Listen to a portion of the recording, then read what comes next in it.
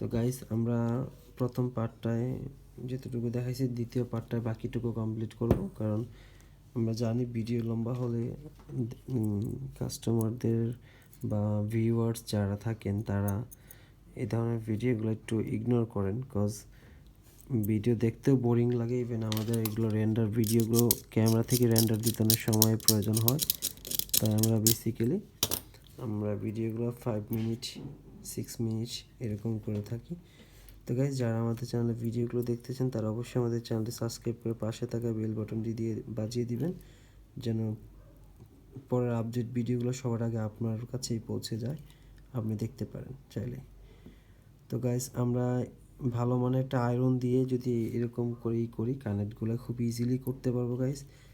আর যদি কারো কোনো কোশ্চেন থাকে এই বিষয়ে তো অবশ্যই আমাদেরকে জানাতে ভুলবেন না, কমেন্ট করে জানাবেন। আমরা আপনাদের কোশ্চেনের সলিউশন দেওয়ার চেষ্টা করব গাইস। তো এইখানে আমরা দেখতে পাচ্ছি সাধারণত আমাদের লিথিয়াম ব্যাটারিগুলা নতুন মার্কেট থেকে কিনতে গেলে অনেক টাকা দিয়ে কিনতে হয়। তো আমরা জানি অনেকেই ব্যাটারি কেনার মতো থাকে না। তো আমরা পুরাতন ব্যাটারিগুলো কিভাবে কাজে লাগানো যায় এই জন্য আমরা মূলত এই ভিডিওটি করা।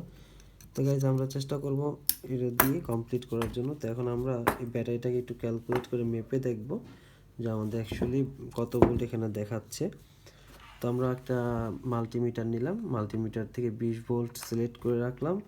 এখন আমরা এইখানে এই প্রান্তে পজিটিভ ওয়ারটা পজিটিভে কানেক্ট করব, নেগেটিভটা নেগেটিভে কানেক্ট করব, অ্যান্ড দেখব যে আমাদের ভোল্টেজ কী দাঁড়ায়। গাইজ, আমরা এখন দেখতে পাচ্ছি আমাদের কাছে দেখাচ্ছে 3.41 ভোল্ট অ্যাভারেজ। তো এখন এখানে ব্যাটারি আছে কয়টা? তিনটা 6টা ব্যাটারি। তো 6টা ব্যাটারিতে এখন দাঁড়াচ্ছে আমার, এখন আমি কিন্তু প্যারালাল করছি, পজিটিভগুলো একত্রে করছি সব পজিটিভ, নেগেটিভগুলো সব নেগেটিভ একসাথে করছি নেগেটিভ। তার মানে হচ্ছে প্যারালাল নয়, এটা হচ্ছে আপনার, হ্যাঁ সরি, এটা প্যারালালই বলে, মানে একটার সাথে একটা, পজিটিভের সাথে পজিটিভ, নেগেটিভের সাথে নেগেটিভ কানেক্ট করা। তো আমরা প্যারালালে কানেক্ট করছি। তো এখন প্যারালাল ভোল্টেজ আমরা যেহেতু চেক করলাম 3.41 ভোল্ট, এখন আমরা একটা কাজ করতে পারি, আমাদের ভোল্ট মিটার দিয়ে আমরা একটু ভোল্টেজটাকে আপ এন্ড করতে পারি, দেখি ভোল্টেজ আপ করা যায় কি না। তা আমরা যদি এটাকে চেক দিই, আমরা ফার্স্টে চেক দিব 3 ভোল্ট।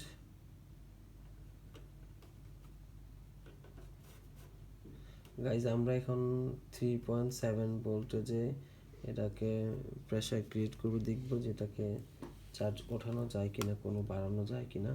দেন আমরা মাদারবোর্ডের সাথে অ্যাডজাস্ট করবো, এটা দেখবো কি রেসপন্সটা আসে আমাদের, যে ভোল্টেজ তো আপ হচ্ছে। তো গাইজ, আমরা এখন যে মাদারবোর্ডটা আমাদের আর যে মাদারবোর্ডটি ইউজ করবো সেই মাদারবোর্ডটি হচ্ছে এইটি। এই মাদারবোর্ডটি সাধারণত আপনার 21.5 ওয়াট পর্যন্ত আপনার বিদ্যুৎ দিতে পারে সাপ্লাই। তো আমরা এখন এটা যেটা করব সেটা হচ্ছে আমরা এটা কানেক্ট করব ফার্স্টে।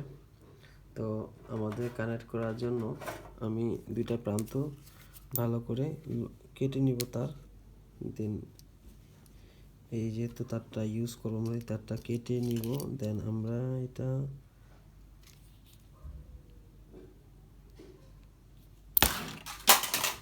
সরি গাইস,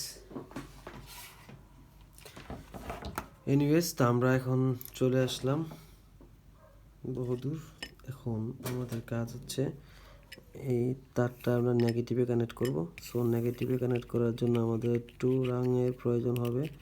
তো আমরা ফার্স্ট এটাতে একটু রাং ওজন অ্যাড করে নিব যাতে আমাদের কানেক্টটা করতে ইজি হয়। তো গাইজ, আমরা এখন কানেক্ট করব পজিটিভের সাথে পজিটিভ, নেগেটিভের সাথে নেগেটিভ। তো এখন আমাদের এই প্রান্তটা হচ্ছে নেগেটিভ, যদি একটু জুম করে দেখাই, এই হচ্ছে নেগেটিভ প্লাস, এই যে ব্যাটারি নেগেটিভ ব্যাটারি পজিটিভ। এখন আমরা যেটা করব,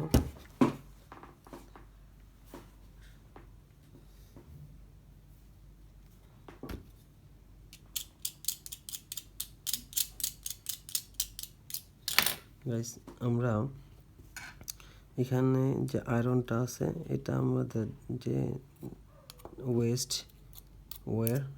ওয়্যারটা কানেক্ট ডিসকানেক্ট করলাম।